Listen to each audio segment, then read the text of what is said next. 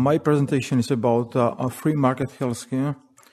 So first we need to define what is the healthcare and also what healthcare is not. Healthcare is a service, and what is service? Service is an intangible commodity, marketable item produced to satisfy human wants and needs. As such, healthcare follows the law of diminishing marginal utility of goods and services. The first unit of consumption of good or service yields more utility, i.e. The perceived ability to satisfy needs and wants, than the second and subsequent units. I'm sure all you are familiar with this. Now, next thing to define is that healthcare as a service is scarce and has two main features: price and quality.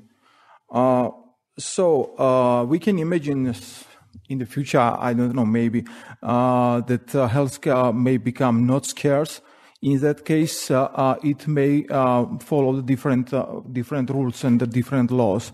But we do not have such a system now. But if you have seen the movie Elysium, you can see something like that in that movie. There is the machine which treats everything, and this machine may be multiplied without any restriction. Okay. Next thing we need to define is that healthcare is what healthcare is not, and obviously healthcare is not a right, even though some people, especially on the left, like to say so. So here we need to define what are the positive rights and what are the negative rights. In order for you to be provided with positive rights, someone else should work. In other words, someone should become kind of slave for you. So that's what is the main reason, because positive rights are false rights, unlike negative rights, which you have without anyone's contribution. So government trying to give everybody whatever healthcare they want, as expensive as possible, paid by others, increases healthcare spending more and more, and makes almost everyone poor. We'll elaborate on this later. Current generation steals the wealth from each other using the state taxation apparatus, and current generation also steals the wealth from the future generations using the state debt apparatus. Consumer is not aware of the cost of healthcare which he or she is receiving and demands more and more of it. This situation also encourages unhealthy lifestyles. The state imposed the lack of competition, draws price of healthcare up and its quality down. Now, when healthcare is not considered as an marketable item anymore and is exempted by the state from the voluntary exchange, following things happen. First, correct mechanism of price creation is lost and the price of healthcare is defined arbitrarily. Two, the healthcare providers or producers are unable to understand how much healthcare is demanded by the consumers. Three, healthcare consumers do not need to understand what is the real cost of healthcare as far as its price is shared between taxpayers.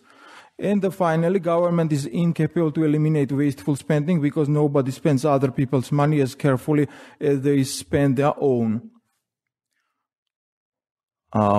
Now, we are moving to the main part of my presentation. It is free market healthcare. Let's first define what is that.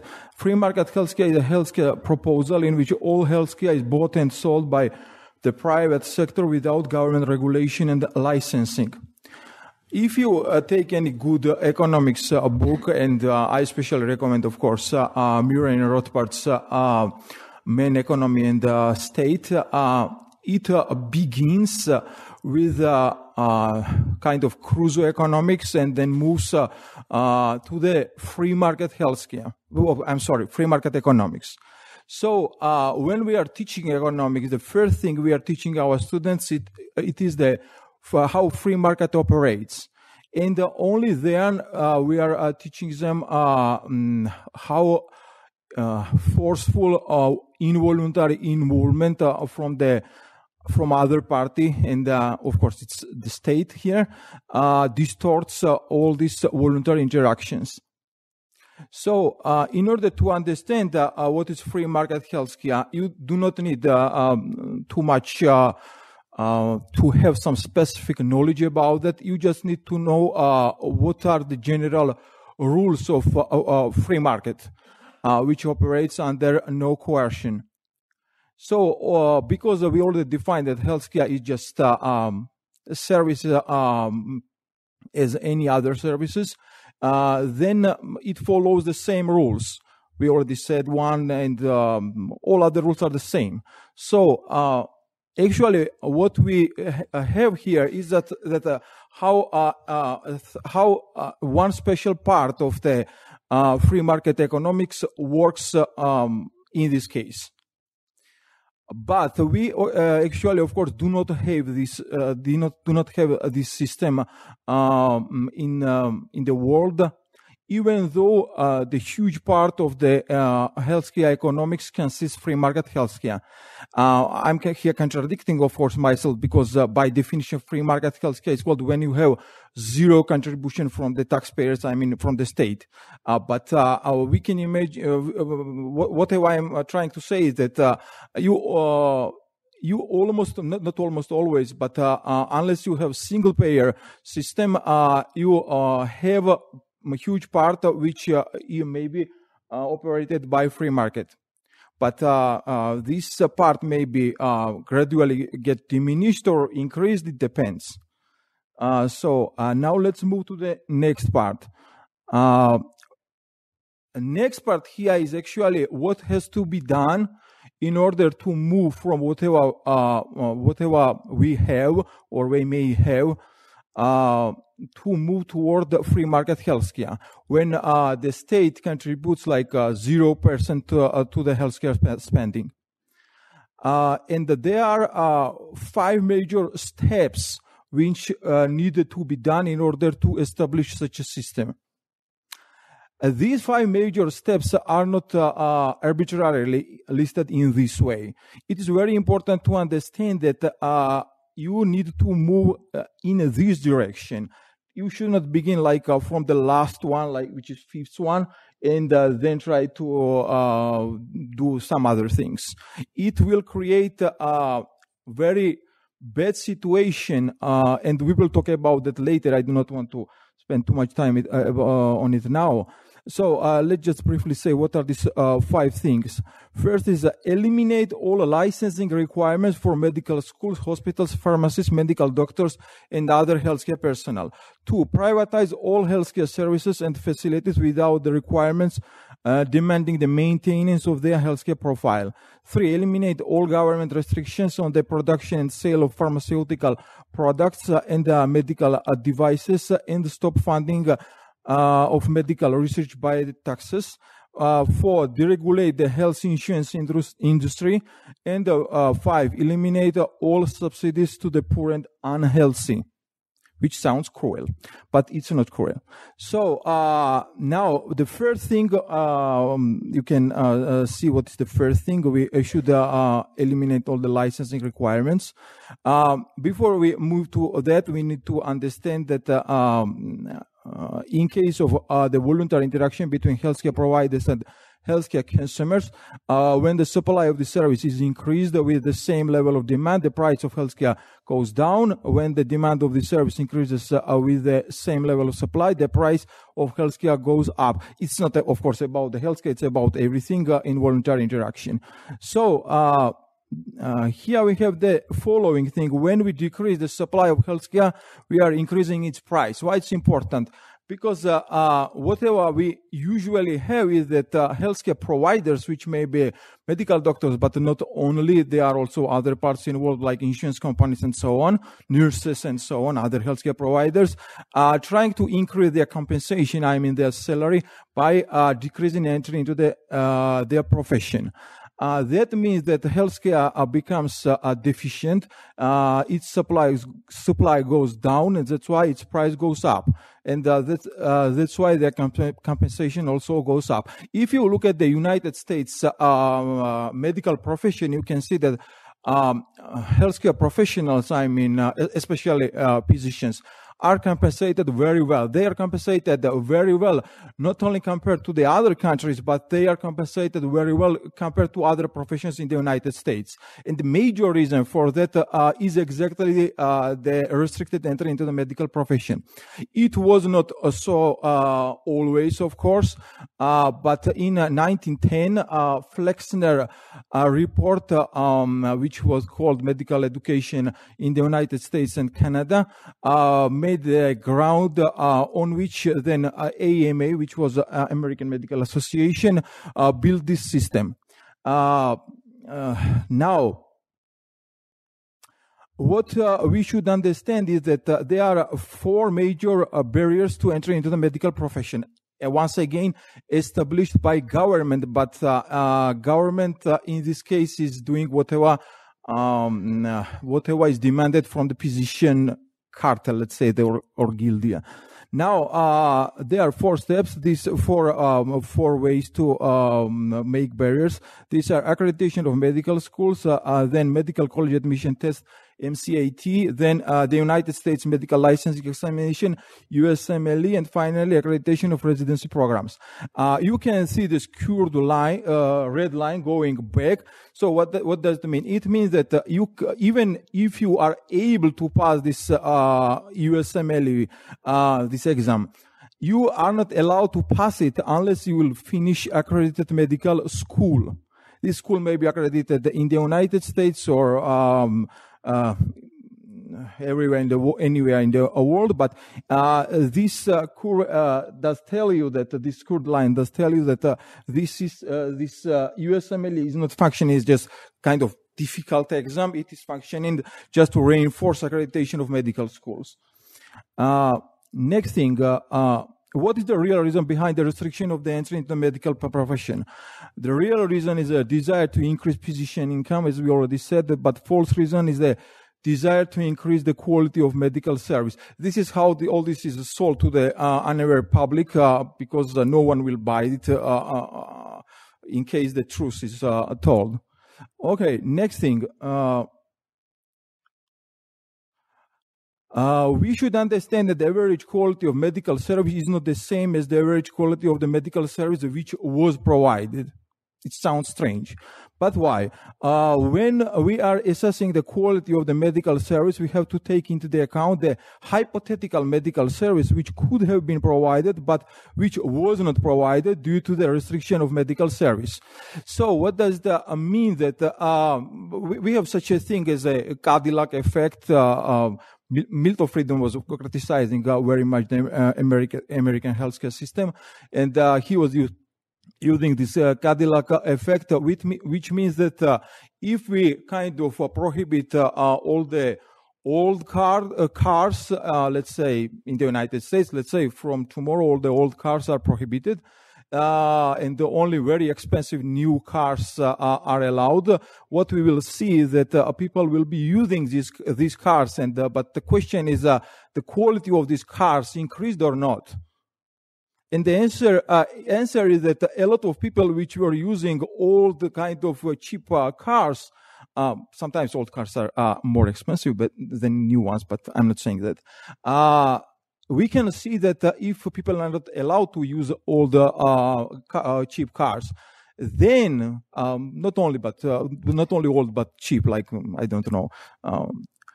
We can see here that a lot of people are just unable to drive because they just can't afford to buy such an expensive car. So doesn't it mean that the quality of cars increased in the United States after that reform? It means that people just do not, a lot of people are unable to afford to buy such an expensive car. So their quality is now zero. So it should be taken into account. While we're talking about the cars, we can now move to the medical field. If we kind of restrict entry into the medical profession by creating such very difficult exam, which is the USMLE, before that the MCA TIMCAT, then we can say that the quality of medical service has increased in the United States, because a lot of people now are unable to buy it by themselves. And this is the major reason. This is the first step leading toward the state-run healthcare. Because when the state begins to restrict entry into the medical profession and its price goes up, that's exactly why the next steps are made. Then now taxpayers are forced to pay for the healthcare of the poor and the healthcare of the unhealthy and so on. So it's very important to understand what's happening here. Also, if we assume that these exams are creating such positions which provide very high healthcare, we can see that in reality it is not the real competition. It is kind of artificial competition, and it does not provide sound quality and price adjustment for the healthcare consumers, I mean patients. So if we allow unrestricted entry into the medical professions, we can see that there will be very high quality positions, some positions which are in the middle, some may be very not very high quality positions, but their service will be very, very cheap. So let the consumer decide they need very expensive but very high quality service or very cheap but not so high quality service. Why we are restricting that? Okay, next thing, the state imposed licensing laws restrict entry into the medical and nurse profession, decrease the supply of physicians and nurses, is reflected in the increased demand for the members of these professions, at the same time making medical and nurse services more expensive and less affordable for the consumers. Professional organizations for medical doctors and nurses act like cartels which make deals with the state in order to restrict entry into the given profession, as well as restrict competition between the different specialists and between the physicians and nurses, and as a result increase the salary of their practicing members. Consumer protection is a service. Like all monopolies, the monopolies that the government holds over licensing clinicians and insurers produce high-cost, low-quality consumer protection. The state also imposed the national standards of healthcare, which creates the possibility for ever-increasing malpractice lawsuits, making healthcare even more expensive. So we have here now a quote from S. David Young. It says that the higher entry standards imposed by licensing laws reduce the supply of professional services. The poor are the net losers because the availability of low-cost service has been reduced. In a sense, the poor subsidize the information research costs of the rich, even though state may claim opposite. So for each of these five things, we will have a free market solution. Free market solution is of course, this component implies that the abolishment of all requirements for licensure of physicians and nurses, as well as for medical schools, residency programs, and hospitals. Healthcare providers from the different fields of medicine will be free to compete with each other. As a result, the supply of healthcare services will increase dramatically, and its price will fall. And also quality also will go up, because competition is not only about price, it's not only making price down, but it's also making quality up. And increased supply will create increased competition. This will be reflected in increased quality of health, as I already said.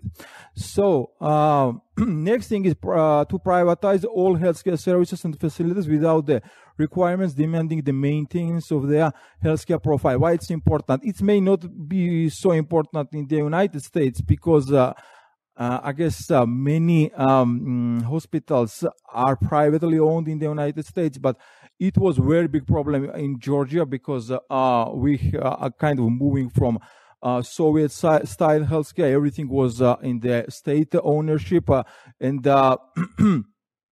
then we needed to privatize them. But very frequently, it is demanded by the state that profile of these healthcare facilities should be maintained, and it's not good.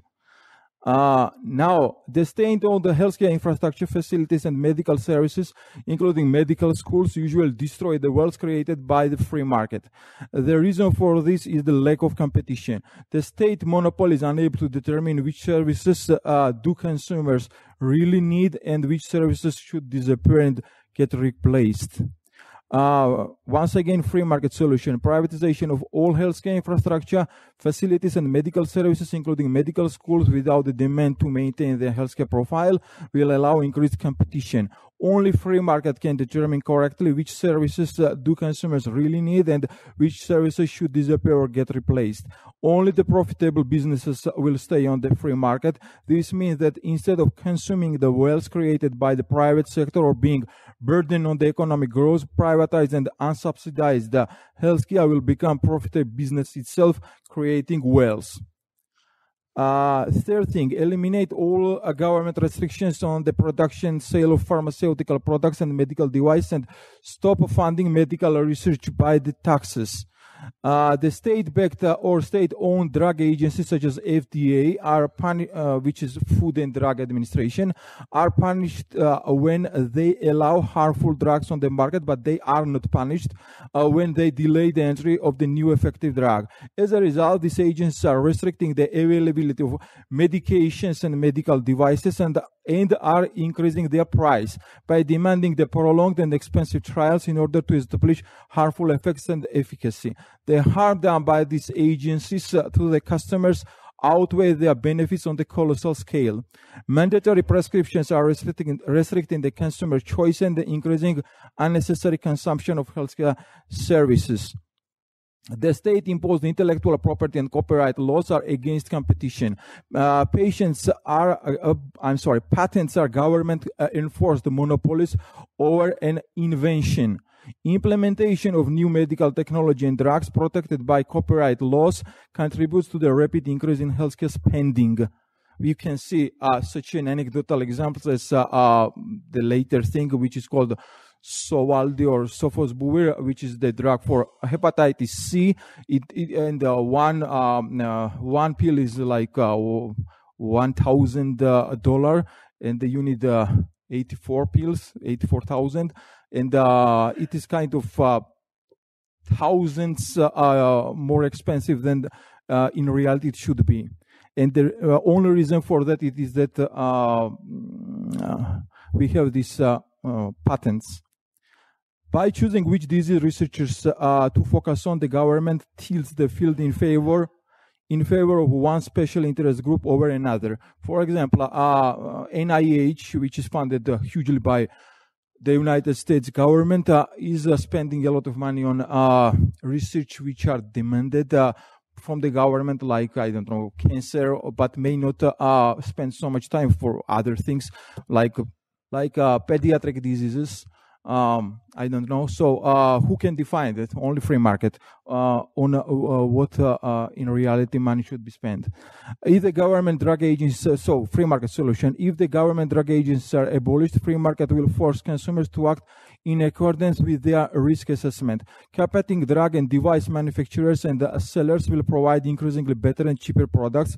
IP and copyright laws also should be abolished. The advancement of pharmaceutical and medical device technology does not depend on patents. You can read some research about that on the Mises Daily, by the way.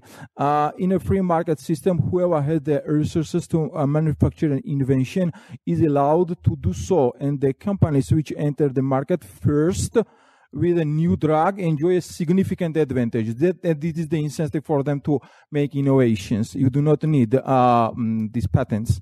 Free market will decide better which disease need more research and which less. Fourth step, it's deregulate health insurance industry. All insurance involves the pooling of individual risks. It implies that insurers pay more to some and less to others. The state-imposed regulations may be interfering with the obvious desire of health insurers to discriminate between different risk groups. In other words, the state forces health insurers to insure different risk groups with the same deductibles and benefits. The state may also demand the insurance of pre-existing conditions, which actually is not insurance. I.e., it may demand from the insurance companies to cover the cost of treatment of the previously uninsured patients. As a result, health insurance may become very expensive, i.e. unaffordable for many consumers, and the health insurance companies may go bankrupt unless they are bailed out by the government. We have such a situation in Georgia right now. In order to make healthcare insurance more affordable, the state may begin to cover its, my home country, Georgia, the state, Georgia. In order to make healthcare insurance more affordable, the state may begin to cover its expenses for some segments of consumers. This will increase the burden on taxpayers and may finally lead to the single-payer healthcare system. In any case, when the taxpayers are forced to pay for healthcare costs, the wealth redistribution system is created, which benefits irresponsible and high-risk groups at the expense of responsible and low-risk groups. This encourages unhealthy lifestyle and irresponsible behavior and promotes continuously increasing consumption of healthcare and the decreased competition between healthcare insurers. If the insurance subsidies are tied to income and diminish as wages rise, some people will have the incentive to remain poorer in order to continue capturing higher benefits. If the state guarantees that older people get healthcare system is distorted in favor of geriatric diseases. Medicare pays doctors on the basis of how much treatment they provide, not on whether the treatment is effective. It may change because Obama is trying to enact a change in this system recently. Territorial monopolies and insurance cartels decrease competition and should be abolished. Here we mean that one insurance company in the United States can't go to another state and compete there, and it's not good because it is against competition. The state may also be forcing citizens to accumulate future benefits in health saving accounts, artificially increasing the consumption of healthcare. Healthcare should not be mandatorily employer-based. Health insurance should be allowed to be personal and portable. If workers could maintain continuous coverage, the issue of pre-existing conditions will become far less of a problem. Government price controls encourages insurers to avoid sick people because price controls prevent insurers from charging enrollees a premium that covers the cost of the plan to the plan. If healthcare consumers do not have the information regarding the price of the healthcare which they consume and do not directly feel the weight of the consumption on their own budget, they do not have incentives to decrease the demand to healthcare. This situation also promotes unhealthy lifestyles and creates the decreased sense of personal responsibility for being healthy. Free market solution would be allow a health insurers to offer any contract to include or exclude any risk and to discriminate among any groups of individuals. As a result, prices would drastically go down, and the reform would restore individual responsibility in healthcare. Tax preferences for job-based insurance should be eliminated. Putting workers in charge of their own insurance would significantly reduce the cost of insurance. And the final step, which is eliminate all subsidies to the poor and unhealthy. So it is important to understand that if we do the previous 4 steps, healthcare will be becoming very, very cheap. Increased supply of subsidized healthcare is causing more consumption. So we may imagine 2 situations. So first, when healthcare is provided by the private agents, but is subsidized because poor and unhealthy can't pay for that. And the second thing, when we have single-payer system, it means that only taxpayers are paying for the healthcare. So when we have healthcare provided by the private agents, first, increased supply of subsidized healthcare is causing more consumption. 2, this by itself pulls the demand of healthcare up, and healthcare providers are responding by increasing the price of healthcare. 3, subsidies create more of whatever is being subsidized. Subsidies for the ill and disease create more illness and disease and promote carelessness, irresponsibility, and dependency. So, but we already said that all this finally moves toward the single-payer healthcare system. The government takeover of healthcare is a slippery, slow process. One step leads to another. So one step is like creating this monopolies, restrictions to the entry of medical profession, that all that followed later. Finally, healthcare becomes fully monopolized, and as a result, its price goes up and its quality down. The state may impose healthcare rationing in order to diminish its consumption. Free market solution is previous 4 steps towards free market healthcare will make healthcare much cheaper, i.e. affordable for the most of poor patients. Those who still could not afford it will get help from the charitable organizations and persons and from voluntary mutual aid societies, which we had pretty much in the United States before 1910. Because the resources will not be wasted on freeloaders and on government bureaucracy, poverty level will be continuously and quickly decreasing. As a result, more and more people will be able to afford healthcare for themselves, as well as be able to help those who need healthcare but cannot afford it.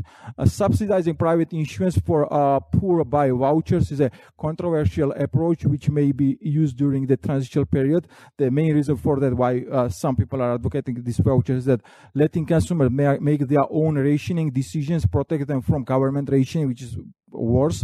But we know that Milton Friedman was for these vouchers, but Murray and Rothbard was against. And what was the Rothbard's argument is that these vouchers are kind of maintaining a partially effective system, and this is interfering with replacing it with much more effective system, which is free market healthcare. So, and now I'll finish this theoretical part with the quote from Doug Bandow. It is a real charity does not mean giving away someone else's money. I have a few seconds, and just briefly some practical part of which I'm doing in my PhD study. We can see these 5 steps in Georgia healthcare system. I do not think would be very interesting for the American population, so I kind of skipped it. But we had these stages during the development of healthcare in Georgia, and what we can do, we can compare the effectiveness of different healthcare systems during different times of Georgian healthcare development, and then compare them to each other. What we have now is the fifth stage. It is the 4th period of mixed healthcare system of Georgia, beginning from 2010 when we had new government. The new universal healthcare state program is established, and this is the huge step towards single payer system, which this government tries to finally create. So they are moving actually to the first step, which we have during the Soviet Union. It was the single-payer healthcare system, like Semashko system. It was called because Semashko created it in the Soviet Union. So it's kind of, we are moving from 5th to the back to 1st. So, but it is already creating problems. GDP during the period when we have this more free market healthcare system was kind of rising in Georgia, like double digits each year. Like it was like 10% and sometimes even more, but now it is like almost 1% going to 0. And there is a huge cry to abolish such huge spending on healthcare, because it's actually creating such economic problems. Is the major reason for that. I guess that's all.